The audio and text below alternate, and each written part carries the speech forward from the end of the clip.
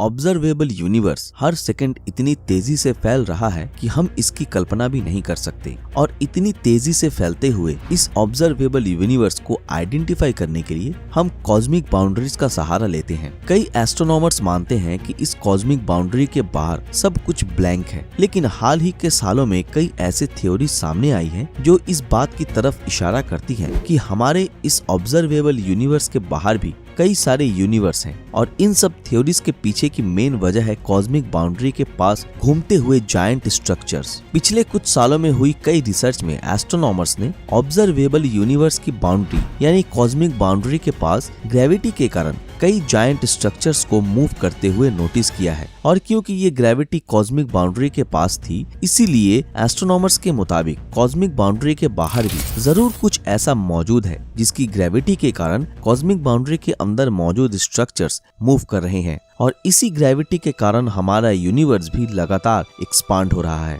हमारा यूनिवर्स इतना बड़ा है कि हम इसकी कल्पना भी नहीं कर सकते। अब तक हम हमारे ऑब्जर्वेबल यूनिवर्स के सिर्फ 100 से 200 बिलियन गैलेक्सी को ही देख पाए हैं, लेकिन एस्ट्रोनॉमर्स के मुताबिक सिर्फ हमारे ऑब्जर्वेबल यूनिवर्स में ही 2 ट्रिलियन गैलेक्सीज ऐसी हैं जिनके बारे में हम आज तक कुछ भी नहीं जान पाए हैं। ऑब्जर्वेबल यूनिवर्स बने लगभग 13.7 बिलियन लाइट ईयर्स हो चुके हैं। लाइट ईयर्स वो यूनिट है जिसमें हम स्पीड ऑफ लाइट को मेजरमेंट की तरह यूज करते हैं। और यूनिवर्स की एज से हमारा मतलब है कि इस यूनिवर्स के सबसे पुराने स्टार से हम तक लाइट को पहुंचने में कितना वक्त लगता है। और इस यूनिवर्स के बनने के बाद से अब तक पृथ्वी तक जितनी लाइट पहुंची है उसे हम ऑब्जर्वेबल स्पेस के नाम से जानते हैं। कई कॉस्मेटोलॉजिस्ट के मुताबिक बिग बैंग के बाद हमारे पास अब तक जो सबसे पुराना फोटोन पहुंचा है उसकी एज 45 से 47 बिलियन लाइट ईयर्स है, जिसका मतलब है कि हमारा ऑब्जर्वेबल यूनिवर्स लगभग 93 बिलियन लाइट ईयर्स फैला हुआ है। ये लेंथ कितनी बड़ी है इसका अंदाजा लगाने के लिए आप ये जान लीजिए कि एक लाइट ईयर में 9.46 ट्रिलियन किलोमीटर होते हैं।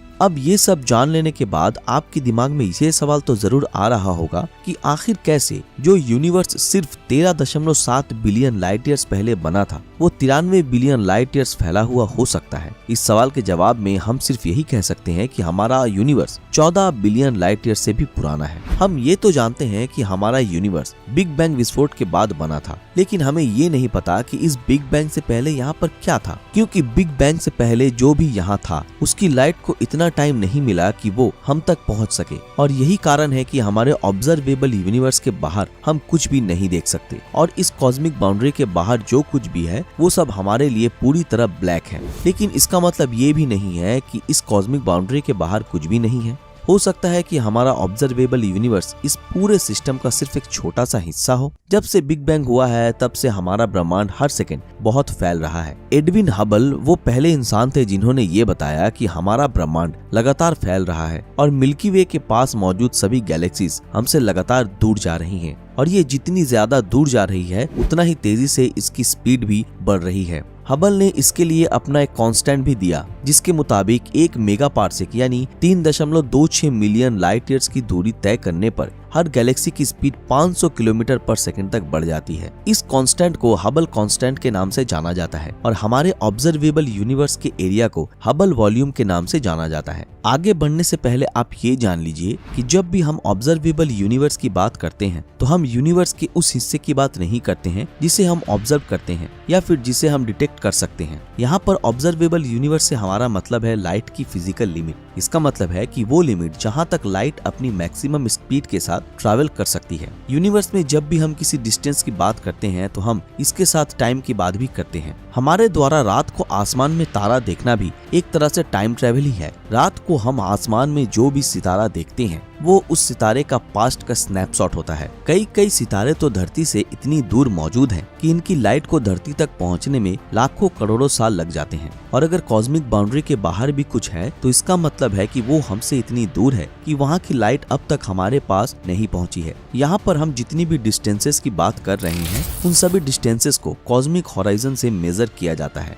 अब यहाँ पर वापस यही सवाल उठता है कि क्या हमारे ऑब्जर्वेबल यूनिवर्स यानी कॉस्मिक बाउंड्री से बाहर भी कुछ मौजूद है? इस सवाल का जवाब इतना भी आसान नहीं है। अगर हमें हमारे ऑब्जर्वेबल यूनिवर्स से बाहर की चीजों के बारे में जानना है तो पहले हमें इस बात का पता लगाना होगा कि हमारे यूनिवर्स की कर्वेचर कैसी है, यानी ये फ्लैट है या फिर ये अर्थ की तरह कर्व्ड है। यूनिवर्स को मेजर करने के लिए एस्ट्रोनॉमर्स हमेशा लार्ज स्केल पर इसके कर्वेचर के बारे में पता करने की कोशिश करते हैं। अगर यूनिवर्स ज्योमेट्रिकली परफेक्टली फ्लैट है तो इसका मतलब है कि ये इनफाइनाइट है, लेकिन अगर ये अर्थ की तरह या फिर किसी बबल की तरह कर्व्ड है तो इसका मतलब है कि इसका भी एक बहुत बड़ा लेकिन फाइनाइट वॉल्यूम है। अभी तक की गई रिसर्च में यही सामने आया है कि यूनिवर्स एक पेपर शीट की तरह ज्योमेट्रिकली परफेक्टली फ्लैट है, जिसका मतलब है कि यूनिवर्स इनफाइनाइट है। और अगर यूनिवर्स इनफाइनाइट है तो इसका मतलब ये भी है कि इस यूनिवर्स में जहाँ तक हम देख सकते हैं उससे भी आगे कुछ ऐसा है जिसके बारे में हम नहीं जानते। कई एस्ट्रोनॉमर्स मानते हैं कि पूरा यूनिवर्स ऑब्जर्वेबल यूनिवर्स की तरह ही डिस्ट्रीब्यूटेड है, और अगर ये सब कुछ है तो इसका मतलब है कि इस यूनिवर्स में हम ना सिर्फ स्टार्स, गैलेक्सीज या फिर प्लैनेट्स देख पाएंगे, बल्कि हम हर वो चीज देख पाएंगे जिसकी हम सिर्फ कल्पना ही कर सकते हैं। हम एक और सोलर सिस्टम भी देख सकते हैं जिसमें बिल्कुल पृथ्वी की तरह ही दिखने वाला एक ग्रह भी हो सकता है, और उस ग्रह पर हमारे जैसे दिखने वाले इंसान भी। कई कॉस्मोलॉजिस्ट मानते हैं कि जब भी हम हमारे लिमिट से बाहर जाएंगे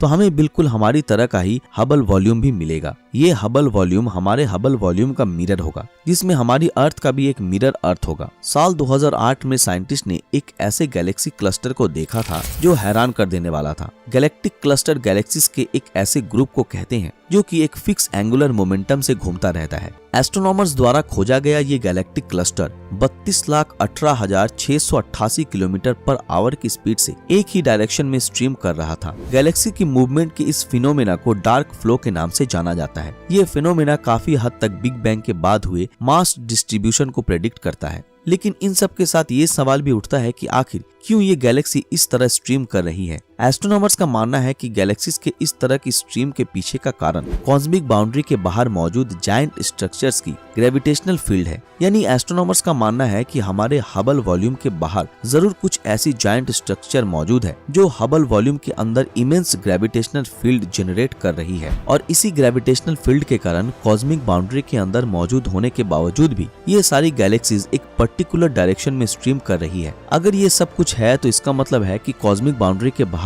हम जिस यूनिवर्स की कल्पना कर रहे हैं वो बिल्कुल भी वैसा नहीं है। इन सब रिसर्च का मतलब हम ये निकाल सकते हैं कि कॉस्मिक बाउंड्री के बाहर का यूनिवर्स यूनिफॉर्म नहीं है और कोई भी नहीं जानता कि इसकी स्ट्रक्चर किस तरह होगी। कॉस्मिक बाउंड्री के बाहर पास हो रहे इस डार्क फ्लो के पीछे का कारण एक दूसरा यूनिवर्स भी हो सकता है जिसे हम देख नहीं सकते। यूनिवर्स में मौजूद इन जायंट स्ट्रक्चर्स के बारे में बात करते वक्त हमें हमारे ऑब्जर्वेबल यूनिवर्स की सबसे बड़ी structure Hercules Corona Borealis great wall के बारे में भी नहीं भूलना चाहिए। ये ग्रेट वॉल लगभग 10 बिलियन लाइट ईयर्स तक फैली हुई है, जो कि हमारे ऑब्जर्वेबल यूनिवर्स का 11% है। ये इतना बड़ा है कि इसका अंदाजा आप इस हिसाब से लगा सकते हैं कि अगर हम इसमें लाइट की स्पीड से भी ट्रैवल करें तो हमें इसे पूरा क्रॉस करने में 10 बिलियन साल लग जाएंगे। लेकिन ये जायंट स्ट्रक्चर दिखने में जितना बड़ा है उतना ही खतरनाक भी है। एस्ट्रोनॉमर्स मानते हैं कि ये स्ट्रक्चर्स हमारे पूरे यूनिवर्स के लिए एक बहुत बड़ा खतरा है, क्योंकि एस्ट्रोनॉमर्स का मानना है कि ये जायंट स्ट्रक्चर्स बिग बैंग के सिर्फ कुछ ही बिलियन सालों बाद बननी स्टार्ट हुई थी, और सिर्फ इतने छोटे से टाइम पीरियड में ये इतनी बड़ी बन गई।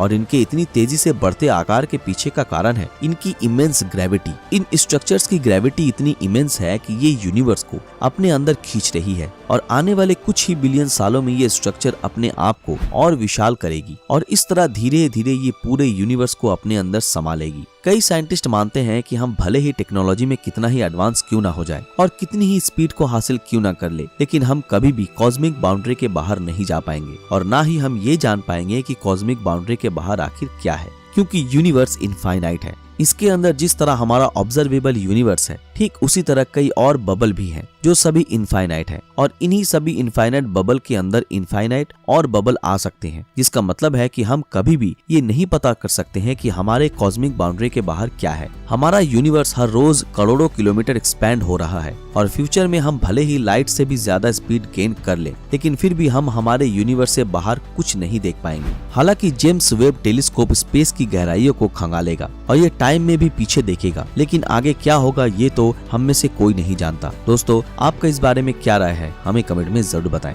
क्या आपको लगता है कि हम इंसान कभी भी हमारे यूनिवर्स की बाउंड्रीज को क्रॉस कर पाएंगे? अपनी राय नीचे कमेंट में जरूर बताएं। दोस्तों, आज के लिए बस इतना ही। आशा करते हैं आज की हमारी ये वीडियो आप लोगों को बेहद पसंद आई हो। अगर ये वीडियो आप लोगों को पसंद आया तो इस वीडियो को लाइक और ज्यादा से ज्यादा शेयर जरूर करें। अगर आप हमारे इस चैनल पर नए हैं तो हमारे चैनल को सब्सक्राइब करके बेल आइकन ऑन कर दें और जिन लोगों ने हमारे फेसबुक पेज को अभी तक फॉलो नहीं किया है वो तुरंत फॉलो कर दें। तो फिर मिलते हैं आपके साथ अगले वीडियो में, तब तक के लिए अलविदा।